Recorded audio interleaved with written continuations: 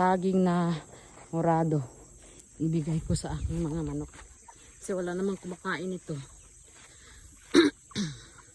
Walang kumakain. So ngayon, ibigay ko sa aking mga manok.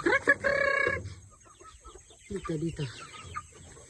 Dito ko ilagay sa kulungan. Kasi yung mga sa labas, lagi naman nakakain. So, tayo magbibigay. Loob. Ayan.